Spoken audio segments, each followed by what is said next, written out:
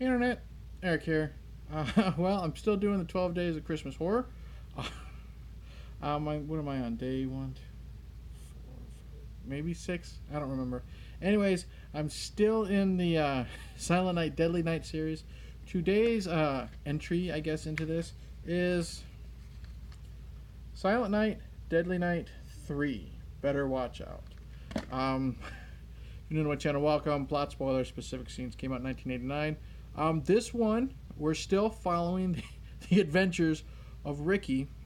Ricky was the brother of Billy. Billy was the killer in part 1. Ricky took over in part 2, and Ricky is still the killer in part 3. But this one, basic plot is this one really goes for the weird weird angle. Ricky is now played by Bill Moseley, and it's 1989 Bill Moseley, so it's post Texas Chainsaw Massacre 2, but obviously pre Devil's Rejects and everything else, he's known for now. Ricky is now in a coma after being shot multiple times at the end of part 2, even though we did see his eyes open. I think that part was just for, to scare the crowd at the end of part 2. But he's now in a coma, and he's had some type of brain surgery, and his brain is exposed at the, with the top of his head. And he's got some clear plastic dome on it for reasons. And there's a doctor trying to get into his mind, I think, by using a blind girl who's telepathically linked to him. And eventually Bill Moseley wakes up. Ricky wakes up, however you want to say it. He goes on a killing spree, goes after this girl and her family and friends. Wow. Now, if you've seen my previous videos for this series, part 1 was great, part 2 was great. This is where we hit the brick wall. First off, Bill Moseley, you know him as a very charismatic actor, as Chop Top, as Otis Driftwood in the Firefly family trilogy, I guess you would say. In this, what do they do to a man that's got that much charisma? They give him maybe 3 or 4 lines total. For the most part, he's saying, what is he saying? I don't know, whatever the fuck the girl's name is, do they say? Laura. So he just whispers her name the whole time. So he, sad to say, he kind of sucks in this movie because they don't give him anything to do. He just walks around, for the most part, in his fucking hospital gown with a brain exposed and a scalpel, whispering Laura. And then he escapes and then chases people, and he doesn't even really run. It's just, he's basically like the Frankenstein monster in this one. Didn't really care for him. The girl who plays Laura, nothing special, nothing great. She's not that bad, but I didn't buy the fact that she was blind. Her eyes just didn't look dead to me, if that makes any sense. She's got a brother who, he's okay. Nothing special. No one's special in this movie. And then it's got, what's her name? Laura, where is it? Laura Herring. From the Willard remake and Mulholland Drive. Super, super pretty. Gets naked. And that's the best thing about her in this movie, because she's just meh. And then there's a couple other characters that amount to nothing. So that's it. So the characters pretty much suck. The plot is off the wall and doesn't fit as a sequel to the first 2 movies at all, so I didn't like that at all. The gore isn't too bad for the most part. That we don't get a lot. We do get some off-screen stabbings with a scalpel, but the blood splatter on the wall looks cool. Laura Herring is killed off screen. She's hilariously dragged under a bed, and then we find her dead body on a bed later. And the blind girl, in a cool scene, places her hand in like the blood splatter on Laura Herring's chest.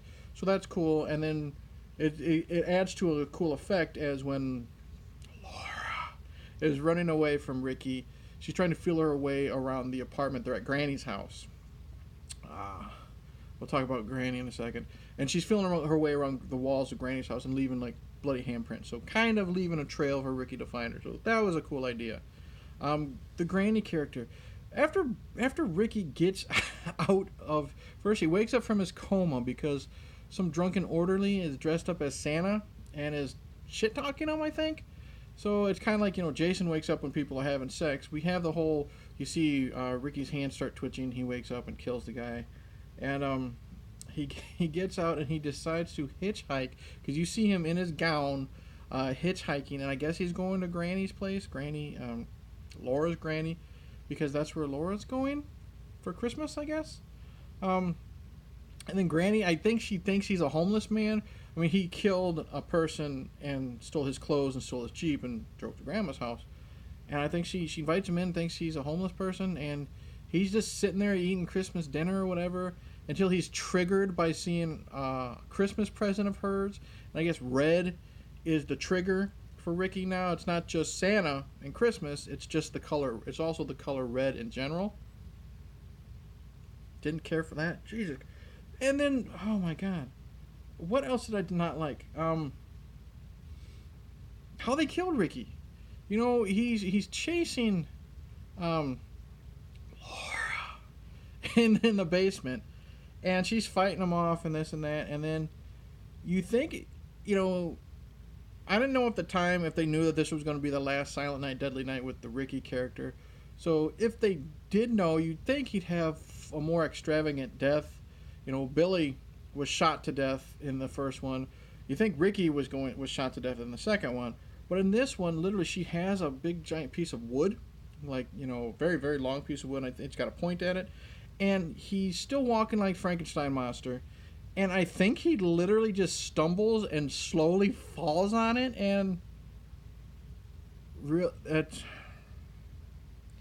after all that, this movie drags. Okay, it's quite boring in my opinion because I already don't like the characters. I don't like what they're doing with the Ricky character. They're making him Frankenstein monster who barely talks, which is a huge departure from the hammy over the top acting that, what was his name, Eric Caldwell or whoever it was that played Ricky in part 2. Huge departure. It's like Halloween 5. It's like how Danielle Harris was this likable kid character of not Lori, what was her name? Fuck, I can't think of her name. Anyways, Jamie Lloyd. You liked her in part 5, so what do? They take away her voice. They make her a mute for the 2/3 of the movie. That's what they did to Ricky. They butchered his character. They made him a hell of a lot less fun, and I hated it. And then, like I said, the ending makes no sense. The cops finally show up, 2 minutes too late. Ricky's already taken care of because he stumbled and fell on the pole. And they come down to the basement. They rescue Laura, and they put her in the cop car, and they're going to take her away. And then Laura's blind, obviously, and she looks right. I don't know if she looks right into the camera, but she finally has the dead blind eyes, and she says "Merry Christmas." No, she says it sarcastically, "Merry Christmas." Like after all this shit happened, still Christmas time, right? And they drive away, and this is fucking weird. They cut to Bill Moseley as Billy now, dressed in a tuxedo, and and a Happy New Year. He's telling the audience, and a Happy New Year. So is Billy dead? He has to be because of the way he was impaled on that thing. But are they leaving it open for a sequel with Billy? With Ricky? Sorry. Yeah. I didn't like this movie at all. Other than seeing Laura Herring naked, I can't say a good thing about Silent Night, Deadly Night. It's boring. Charismatic Bill Moseley isn't given anything to do. They butcher the Ricky character. Didn't care for any of the other characters at all. The way they kill Ricky is horrible. And that ending where he's wishing us a Happy New Year. Can't say I liked it. So I don't know what else to say because there isn't really anything positive I can say about this movie at all. I didn't hate it. It's not Halloween 5, okay? It's not Halloween 5. Far from Halloween 5, but it's a very, very big disappointment for me considering how much I thought part 1 and part 2 were great and a hell of a lot of fun. So Silent Night, Deadly Night 3, better watch out. Better not watch. So that's it. That's all I've got to say about that. Thank you for watching. Like and subscribe, all that stuff. Tell me in the comments below if you like this film. I know Horrific Nightmares JM. He's also doing the 12 Days of Christmas Horror, and he's also doing Silent Night, Deadly Night series as well. He's a couple ahead of me now. I believe he said he actually enjoys this one. I'm gonna have to go back and rewatch to see why, or if Jason, if you're watching this, just comment below and say why. Yeah, he's going. I think he just uploaded as of this recording, part 4, and I'm a day behind, so he'll be done way before me. Anyways, thanks for watching all that jazz. Check out Horrific Nightmares JM, Bronco Juggalo Talks Movies, Dave Maggot, and the Horror Man. Those are guys that I know because they're buddies of mine that are also doing this 12 Days of Christmas. Not all of them are doing 12 Days of Christmas Horror. Yeah, give them a look. All that jazz. Comment below. Click the bell. Don't know what else to say other than don't watch part 3. Didn't like it at all. So, cheers and see you in the next video. Stupid. Whatever. Later.